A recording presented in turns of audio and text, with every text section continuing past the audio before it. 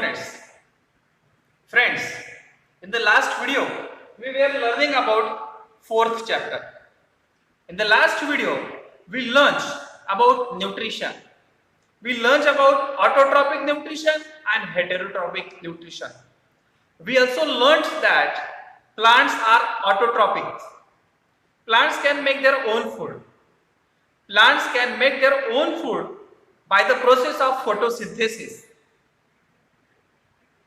वनस्पती स्वतःचे अन्न प्रकाश संश्लेषणाच्या प्रक्रियेतून बनवतात. In that process of photosynthesis, plants make their own food. Plants make carbohydrates. फोटोसिंथेसिसच्या प्रक्रियेतून वनस्पती कार्बोहायड्रेट्स तयार करतात, कर्बोदके तयार करतात. या कर्बोदकांमधून वनस्पतींना कार्बन तिथंच मिळतो, हायड्रोजन मिळून जातो आणि ऑक्सिजन हा सुद्धा मिळतो कार्बोहायड्रेट्स मधून. पण वनस्पतींच्या वाढीसाठी आवश्यक असणारा नायट्रोजन हा घटक मात्र प्रकाश संश्लेषणाच्या प्रक्रियेतून तयार होत नाही. मग हा नायट्रोजन वनस्पतींना कुठून मिळतो? तर मित्रांनो, नायट्रोजन हा हवेतला सर्वात मोठा वायू आहे. हवेत तर नायट्रोजन खूप प्रचंड प्रमाणात आहे. मग त्या ठिकाणाहून वनस्पतींना हा नायट्रोजन मिळू शकत नाही का? वनस्पती ज्या प्रकारे कार्बन डायऑक्साइड शोषून घेतात तशाच प्रकारे नायट्रोजन शोषून घेऊ शकत नाहीत का? तर नाही मित्रांनो. Plants can not use nitrogen present in the air. Gaseous nitrogen is not in the form of compound, and therefore plants cannot absorb and use it for their growth, and therefore plants need nitrogen in the form of compound. वनस्पतींना हा हवेतला nitrogen शोषून घेता येत नाही. तो त्यासाठी कंपाऊंडच्या form मध्ये असणे आवश्यक आहे. मग कंपाऊंडच्या फॉर्म मध्ये असलेला हा नायट्रोजन वनस्पती कसा मिळवतील? तर नायट्रोजन वनस्पतींना मिळण्याची ही जी प्रक्रिया आहे की ज्या प्रक्रियेतून वनस्पती हवेतील नायट्रोजन सरळ शोषून न घेता आधी त्याचं रूपांतर कंपाऊंड मध्ये होतं आणि नंतर तो कंपाऊंड नायट्रोजन गॅस वनस्पती उपयोग करू शकतात, या रूपात बदलता येतो. ही जी प्रक्रिया आहे या प्रक्रियेला म्हणतात नायट्रोजनचे स्थिरीकरण. इंग्रजीतून त्याला म्हणतात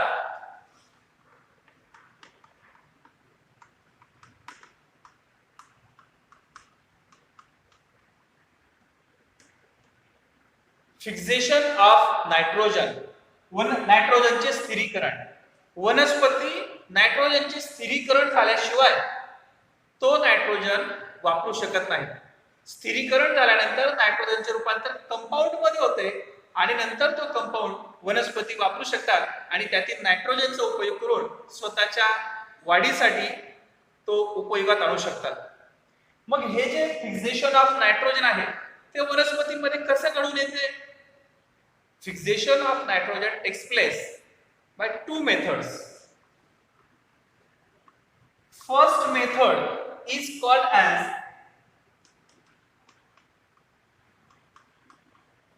biological fixation of nitrogen, and second method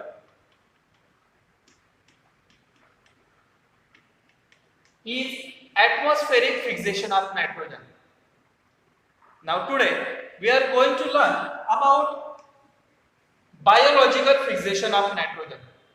नायट्रोजनचे बायोलॉजिकल फिक्सेशन कसे होते, जैविक स्थिरीकरण कसे होते, जीवांच्या माध्यमातून स्थिरीकरण कसे होते हे आता आपण आधी पाहणार आहोत. For the biological fixation of nitrogen in plants, two microorganisms are very essential and they are very helpful. Which are they? हे कोणते मायक्रो ऑर्गॅनिझम्स आहेत? तर ते दोन मायक्रो ऑर्गॅनिझम्स म्हणजे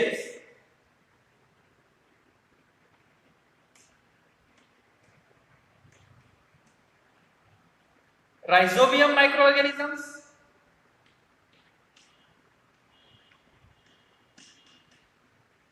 आणि अझोटोबॅक्टर मायक्रो ऑर्गॅनिझम्स. आधी आपण शिकूयात रायझोबियम मायक्रो ऑर्गॅनिझम्स बद्दल. हे रायझोबियम मायक्रो ऑर्गॅनिझम्स हवेतील नायट्रोजनचं स्थिरीकरण घडवून आणतात, त्याचं रूपांतर कंपाऊंड मध्ये करतात आणि ते नंतर वनस्पतींना पुरवतात आणि वनस्पती त्या नायट्रोजनचा उपयोग करू शकतात. आणि म्हणून हे रायझोबियम मायक्रो ऑर्गॅनिझम्स हे अत्यंत उपयोगी मानले जातात. मग ते असतात कुठे? The rhizobium micro organisms can be seen at the nodules of leguminous plants. Nodules म्हणजे गाठी आणि लेग्युमिनस प्लांट्स म्हणजे शिंबाधारी किंवा शेंगाधारी वनस्पती. भुईमुगाच्या शेंगा तुम्ही पाहिल्या असतील, भुईमुगाचं रोप उपटून पाहिलं तर तुम्हाला कळेल की भुईमुगाच्या शेंगांजवळ त्यांच्या मुळांच्या टोकाशी काही गाठी असतात, छोटे छोटे नोड्यूल्स असतात, गाठी असतात आणि त्या गाठींमध्ये हे रायझोबियम मायक्रो ऑर्गॅनिझम्स असतात.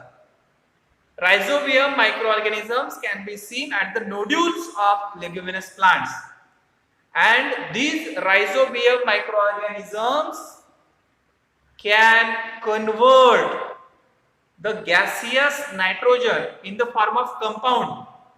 हे मायक्रोऑर्गॅनिझम्स हा नायट्रोजन शोषून घेतात गॅसेस मधून आणि याचं रूपांतर कंपाऊंड मध्ये करतात आणि कंपाऊंड मध्ये त्याचं रूपांतर झाल्यानंतर त्या वनस्पती तो नायट्रोजन स्वतःसाठी वापरू शकतात. विद्यार्थी मित्रांनो, म्हणूनच आपल्याकडील शेतकरी काही वेळेस काय करतात, अशा शेंगाधारी वनस्पतींचे पिकं हे शेतातच नांगरून टाकतात, शेतातच त्यांना राहू देतात, जेणेकरून त्यांचं विघटन होतं आणि त्यांच्यातला नायट्रोजन हा जमिनीत मिसळतो. शेतकऱ्यांना यामुळे फायदा होतो. कळलंय तुम्हाला? बायोलॉजिकल फिक्सेशन मधला पहिला घटक आहे रायझोबियम मायक्रोऑर्गॅनिझम्स. यातला दुसरा घटक आहे azotobacter microorganisms. Azotobacter microorganisms are present in the soil. हे मातीमध्ये असतात and they also convert gaseous nitrogen into compounds and hence plants can get this nitrogen. आणि हे नायट्रोजनचं स्थिरीकरण हे दोघं सजीव करत असल्यामुळे याला म्हणतात जैविक, सजीव जैविक स्थिरीकरण आणि इंग्रजीत त्याला म्हणतात बायोलॉजिकल फिक्सेशन ऑफ नायट्रोजन. म्हणजे वनस्पतींना हा नायट्रोजन मिळवून देण्यासाठी बायोलॉजिकल फिक्सेशन होणं महत्वाचं आहे आणि बायोलॉजिकल फिक्सेशन साठी रायझोबियम मायक्रोऑर्गॅनिझम्स आणि अझोटोबॅक्टर मायक्रोऑर्गॅनिझम्स हे मदत करतात. हे रायझोबियम मायक्रोऑर्गॅनिझम्स आपल्या पुस्तकात दिलेल्या आकृतीत आपल्याला पाहता येतील. आकृती पाहून तुम्हाला कळेल की वनस्पतींच्या मुळांजवळ कशा या गाठी आहेत आणि त्या ठिकाणी अझोटोबॅक्टर मायक्रोऑर्गॅनिझम्स आहेत. Now we are going to learn about atmospheric fixation of nitrogen. Atmospheric fixation of nitrogen takes place because of atmosphere itself. In rainy season, lightning occurs. When lightning occurs, nitrogen present in the air combines or reacts with oxygen present in the air. And together they form nitric oxide.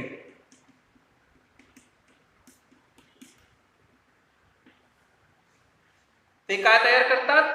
Nitric oxide. हवेतील nitrogen आणि oxygen पावसाळ्याच्या दिवसात विजा कडाडताना एकमेकांशी react होतात and together they form, त्याच्यापासून तयार होतो nitric oxide. Nitric oxide म्हणजे nitric oxide again get oxidised.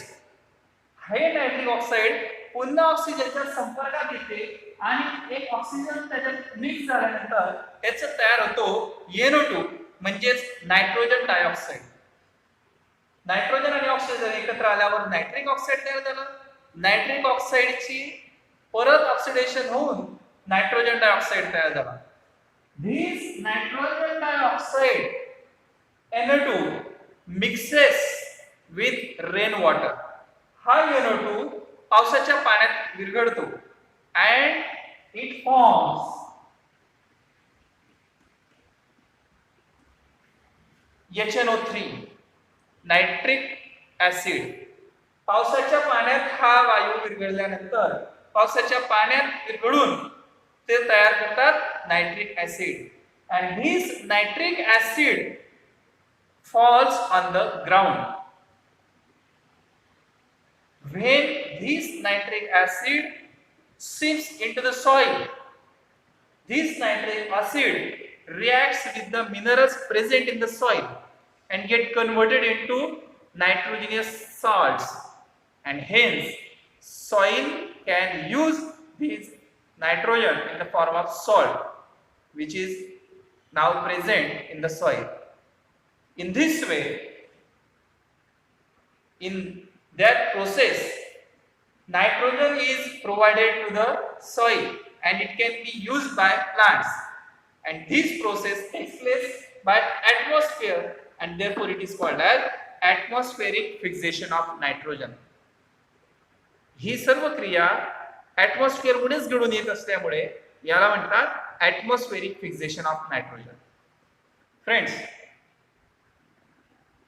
while learning about nutrition in living organisms, we have learned that autotrophic nutrition, heterotrophic nutrition are the two modes of nutrition in living organisms.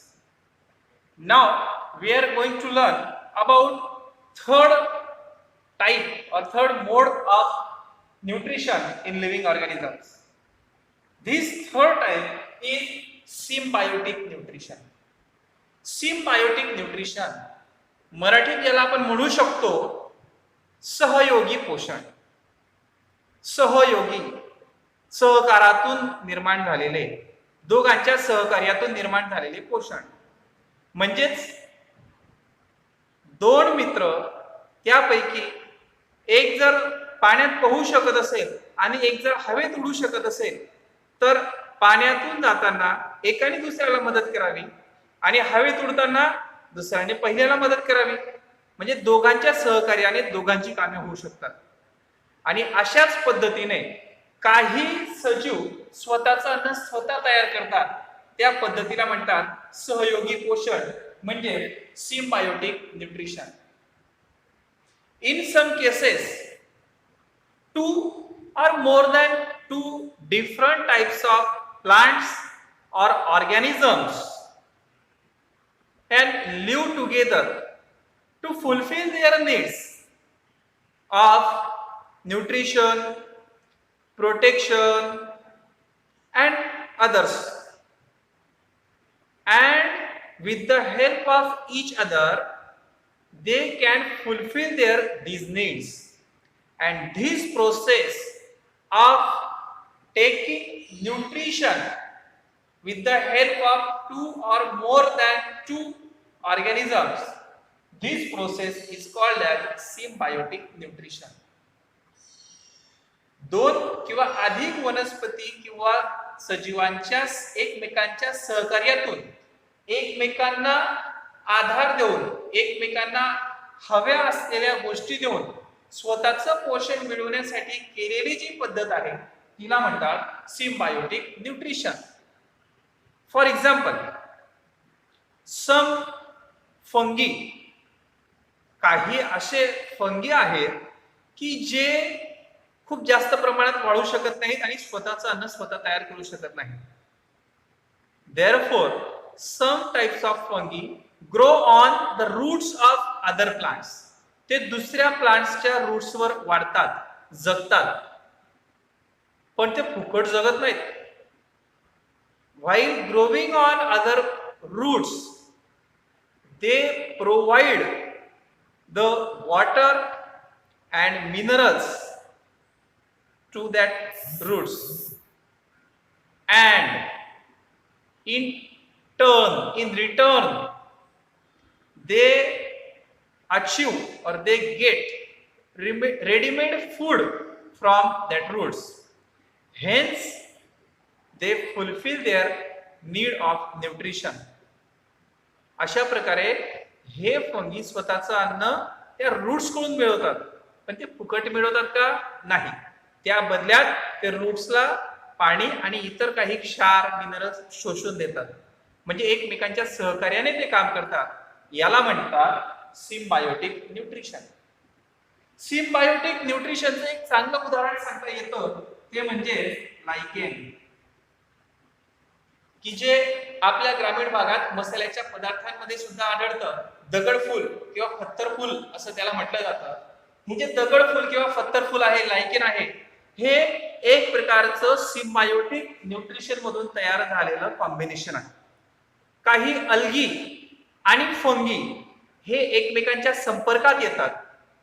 हे algae या फंगीला protection देतात, आसरा देतात, आणि त्या बदल्यात या फंगीकडून पाणी आणि न्यूट्रिएंट्स शोषून घेतात, आणि दोघ जण परस्परांच्या सहकार्याने अन्न तयार करतात आणि जिवंत राहतात. या प्रोसेसला म्हणतात सिम्बायोटिक न्यूट्रिशन, आणि लायकेन हे त्याचं अतिशय उत्तम उदाहरण आहे. दगडफूल किंवा फत्तरफूल असं सुद्धा आपण त्याला म्हणतो. यात अल्गी आणि फंगी एकत्र आलेले असतात.